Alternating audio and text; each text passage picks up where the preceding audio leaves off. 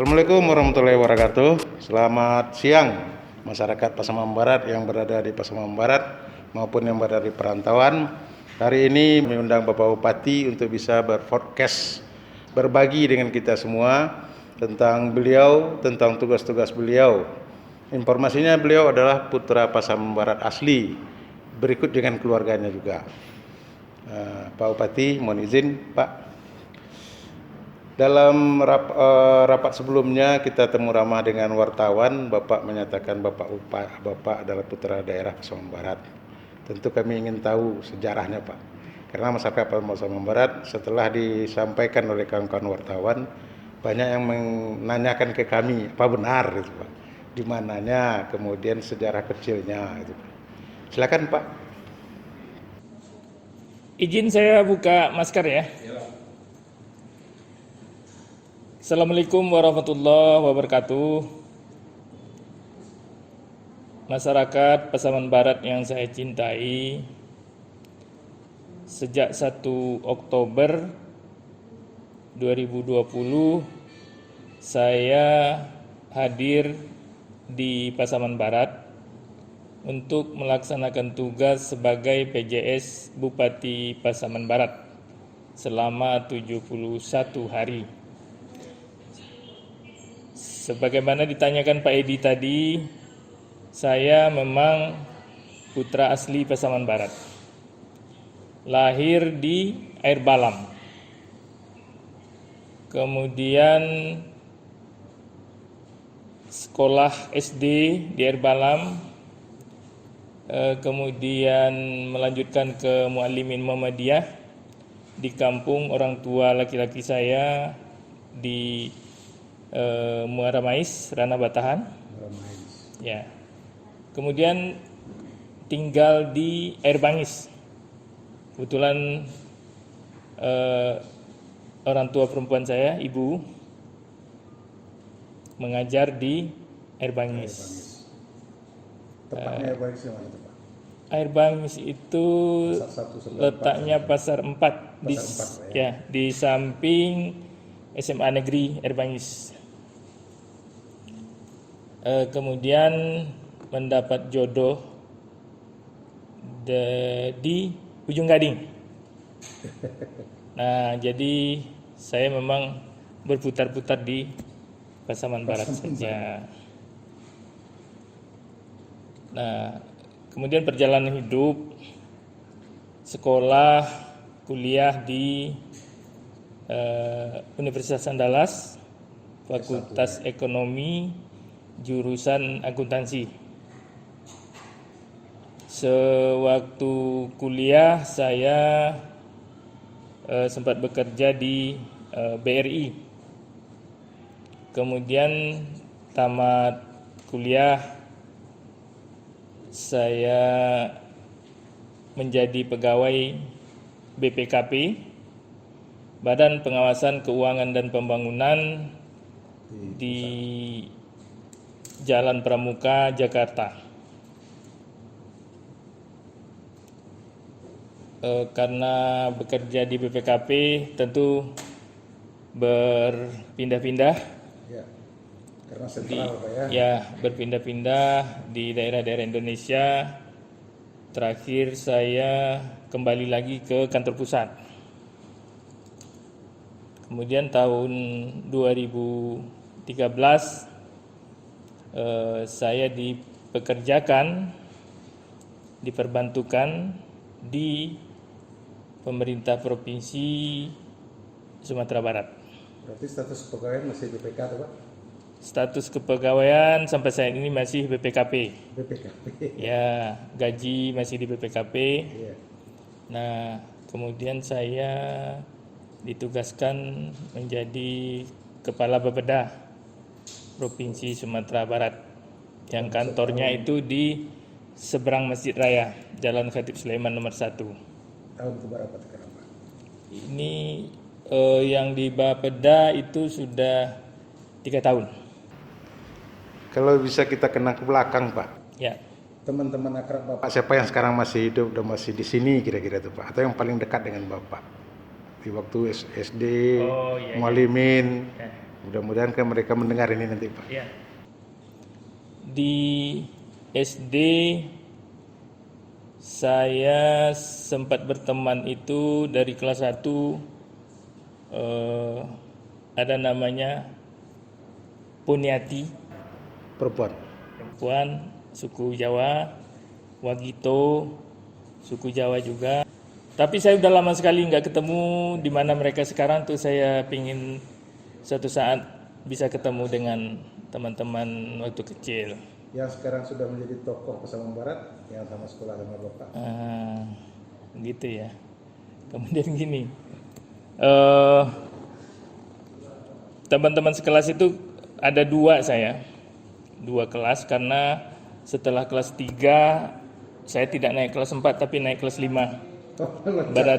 Berarti teman-teman sekelas itu beda lagi. Antara lain namanya ada Yus, ada Arisman. Nah, Arisman itu sekarang jadi pengusaha kebun sawit. Oh, dikira Harisman inspektur. Nah itu Kemudian teman. cerita dengan ibu ketemunya.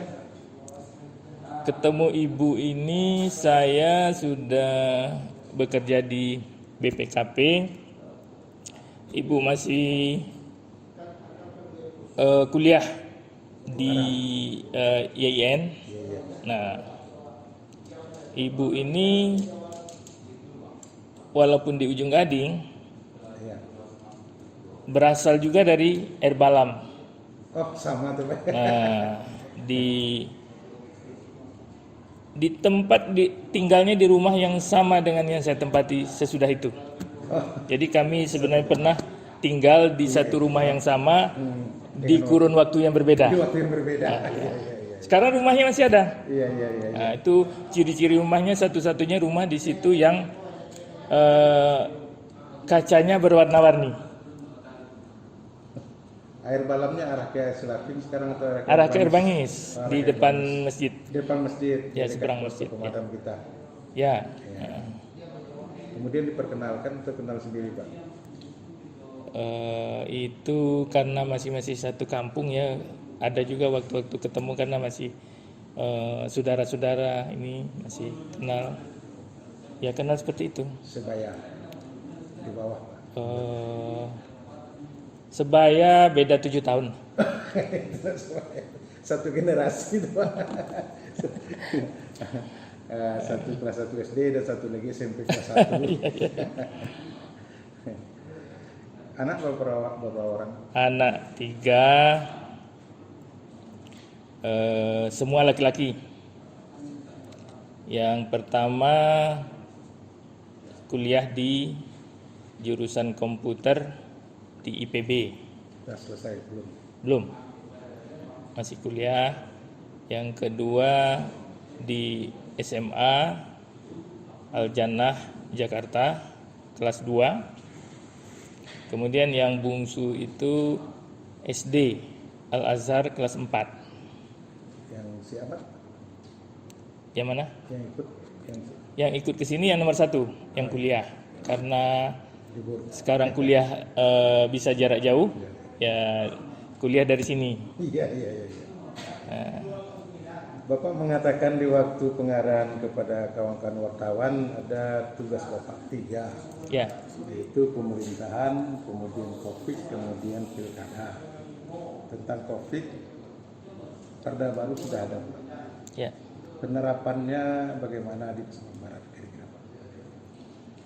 Ini perda baru saja keluar, kemudian sekarang masa sosialisasi, setelah itu nanti penerapan.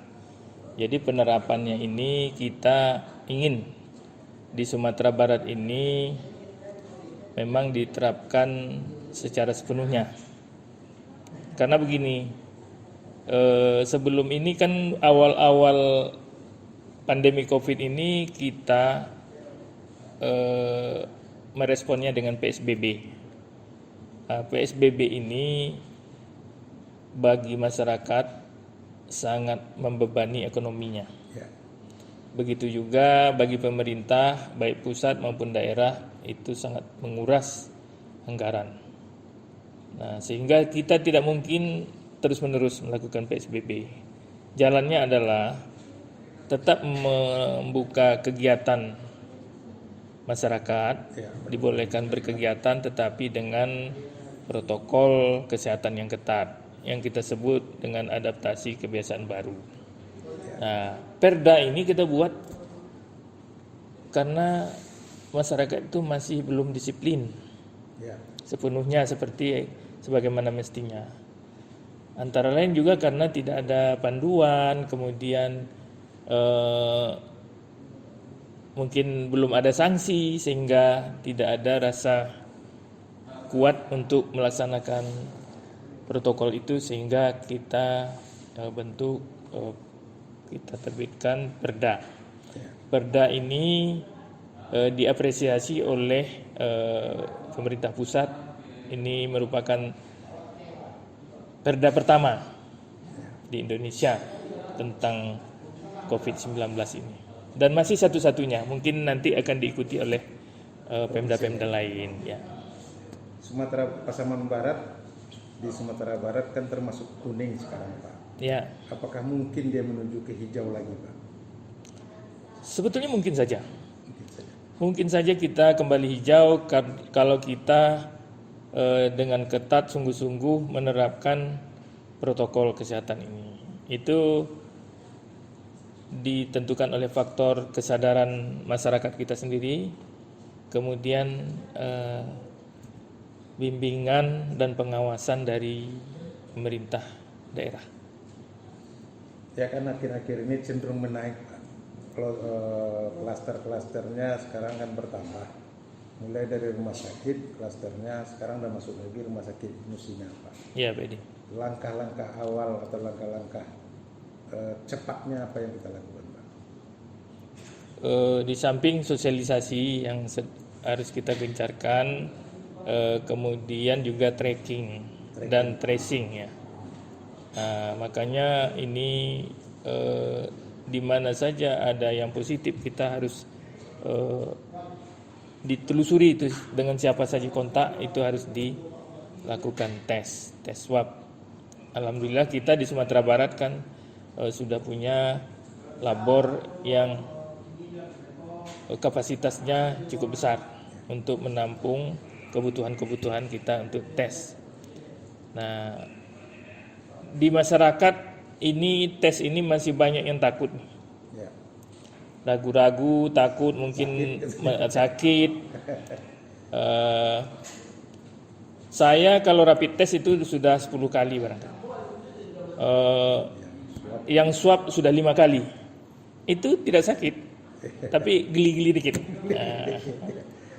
Tadi itu maksudnya apa tuh, Pak? Kita semua eselon 2, camat dan apa dan kabak.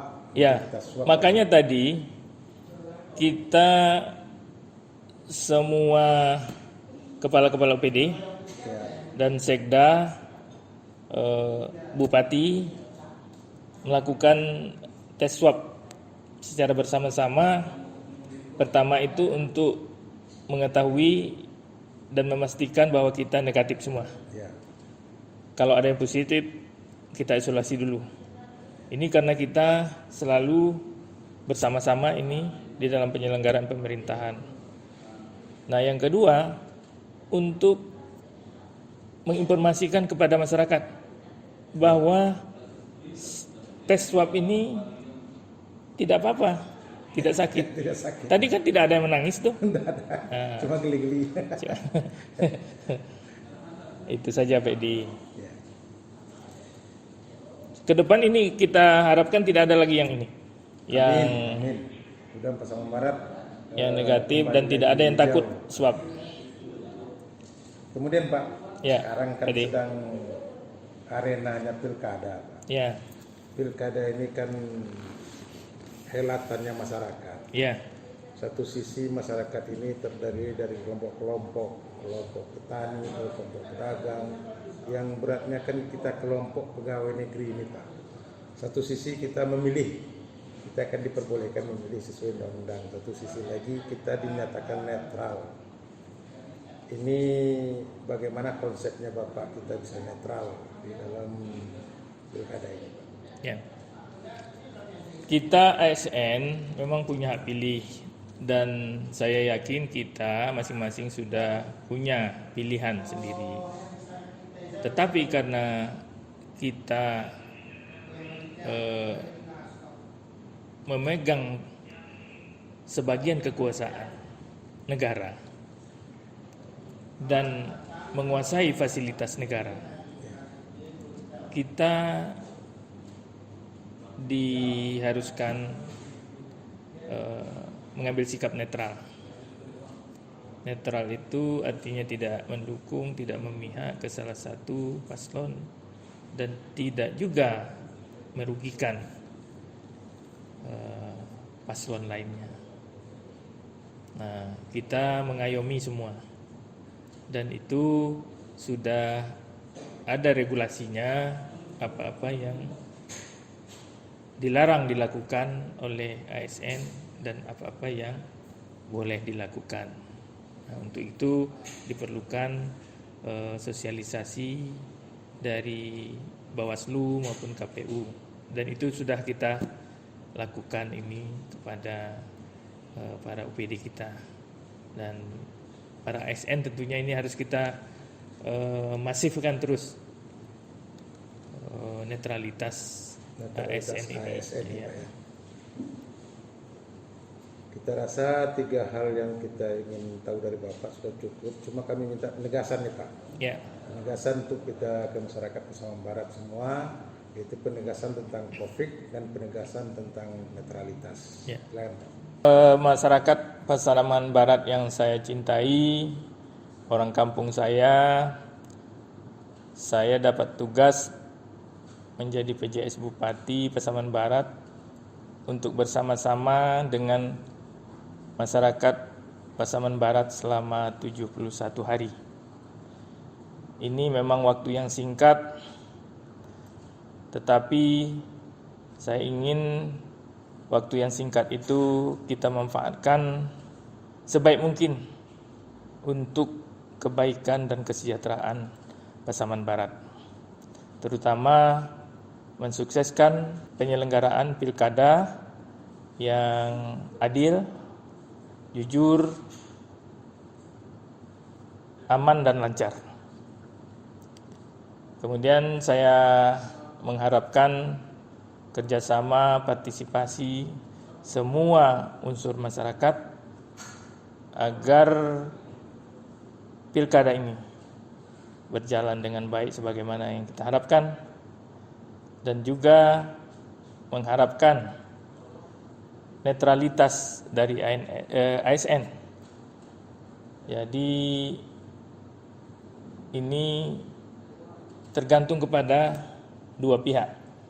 Pertama, kita ASN menjaga diri, kemudian pihak-pihak yang mengikuti pilkada ini, baik paslon maupun tim suksesnya, juga ikut menjaga bagaimana supaya ASN ini tidak terbawa kepada salah satu pihak atau tetap berada di tengah.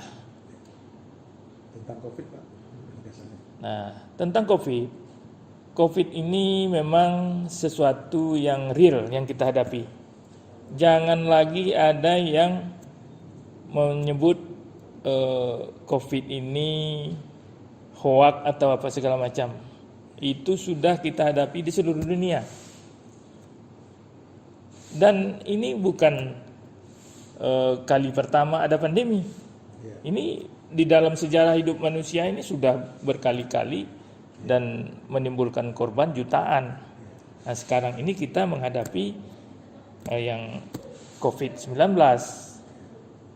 Nah, makanya kita menghadapi dengan cara protokol kesehatan. Itu saja, pakai masker, jaga jarak, cuci tangan sesering mungkin. Nah, ini termasuk juga kalau wawancara ini, kalau misalnya jarak yang dekat, kita harus pakai masker. Ini tapi karena kita jaga jarak dan kemudian ingin berkenalan dengan masyarakat. Nanti kalau saya pakai masker, yang mana sebetulnya? BPJS. Gitu Pak Edi. Terima kasih Pak atas wawancara yang waktu-waktu yang kami sita walaupun dalam keadaan waktu Bapak. Baiklah masyarakat Pasaman Barat yang ada di Pasaman Barat dan yang ada di perantauan, kita sudah mencoba menggali tentang Bupati kita, tentang sejarahnya dia orang Pasaman Barat, kemudian tentang pelaksanaan tugasnya di sini. Terima kasih. Assalamualaikum warahmatullahi wabarakatuh.